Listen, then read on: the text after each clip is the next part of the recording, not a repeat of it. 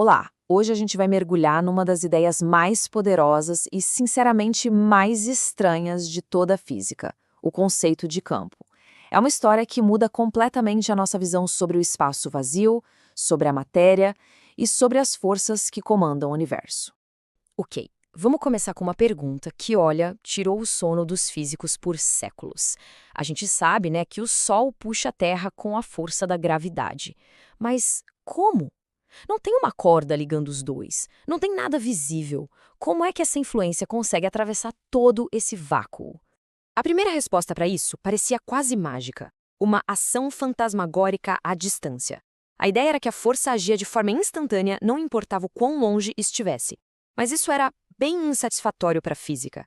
A física moderna veio com algo muito mais elegante. A interação é local. Ou seja, o que acontece aqui só depende do que está acontecendo exatamente aqui, e não lá longe. Mas, para isso fazer sentido, o espaço não pode estar realmente vazio. E é aqui que entra a grande ideia revolucionária, o campo. A proposta é que o espaço é preenchido por uma entidade física que leva a influência de um lugar para o outro. E essa entidade é o que chamamos de campo. Tá, mas o que é exatamente um campo? Bom, a definição, inspirada nas aulas do grande Richard Feynman, é até que bem direta. Um campo é uma quantidade física que tem um valor associado a cada pontinho do espaço e do tempo. Não é uma aura, não é uma região de influência, é uma propriedade fundamental do próprio espaço.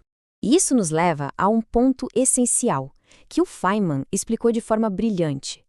A ideia de um campo real é que ele acaba com essa história de ação à distância. Para saber a força que age numa partícula em um ponto específico, a gente só precisa olhar os valores do campo naquele ponto. Não precisa saber o que as outras cargas lá longe estão fazendo. O campo já tem toda a informação ali localmente. Certo. Agora que a gente pegou a ideia geral, vamos ver como isso funciona na prática. Acontece que existem tipos diferentes de campos, como se fossem sabores diferentes que mapeiam as propriedades do nosso universo. O tipo mais simples de todos é o campo escalar. Pensa no mapa de temperatura de uma sala.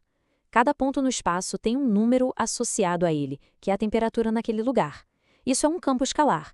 Um valor, um número e só. Sem direção. Agora, vamos adicionar um pouco mais de informação. Um campo vetorial dá para cada ponto no espaço não só um número, uma magnitude, mas também uma direção. O exemplo perfeito é um mapa de ventos. Em cada lugar, o vento tem uma certa velocidade e sopra para uma direção específica. Forças como a eletricidade e o magnetismo são descritas por esses campos vetoriais. E aqui a gente vê isso na prática com a eletricidade. Para saber a força elétrica em qualquer ponto, o campo nos diz tudo. Ele meio que faz o trabalho de somar as influências de todas as cargas que estão por perto. E o resultado, como dá para ver aqui, é uma única seta no nosso ponto de interesse, uma direção e uma intensidade bem claras, tudo contido ali, naquele local. E a ideia não para por aí, não. Para descrever coisas bem mais complexas, como a curvatura do espaço-tempo na relatividade geral do Einstein, a gente precisa de estruturas ainda mais ricas, os chamados campos tensoriais. Isso só mostra o quão profunda e poderosa é essa ideia de mapear a realidade. Ok, vamos voltar para o problema original, a tal da ação instantânea. Como é que o campo resolve isso? A resposta está em uma das regras mais fundamentais do nosso universo. E essa regra é que nada, absolutamente nada, pode viajar mais rápido que a velocidade da luz. Nenhuma informação, nenhuma influência, nenhuma força. Nada pode ser transmitido de forma instantânea. Esse é um pilar da teoria da relatividade do Einstein.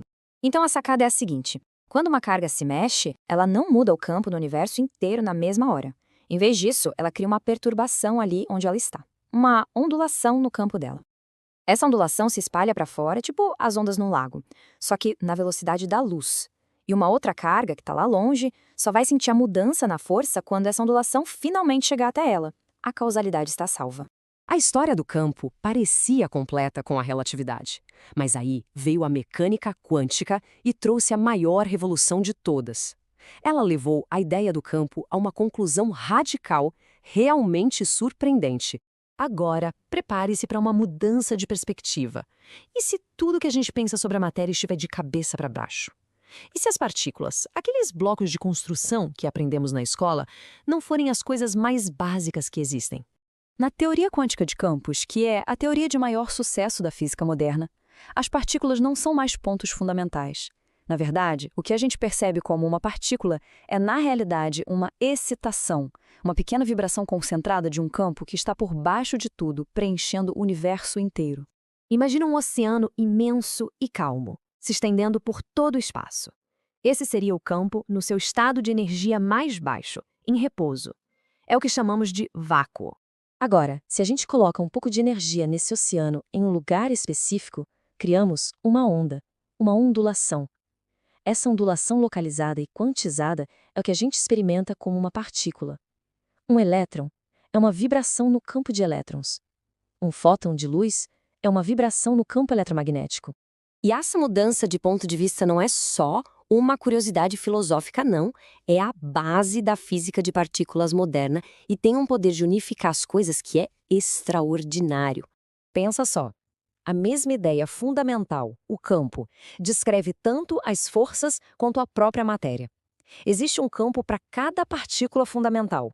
E o mais incrível, a teoria quântica de campos é a estrutura que finalmente conseguiu juntar a relatividade especial de Einstein com a mecânica quântica.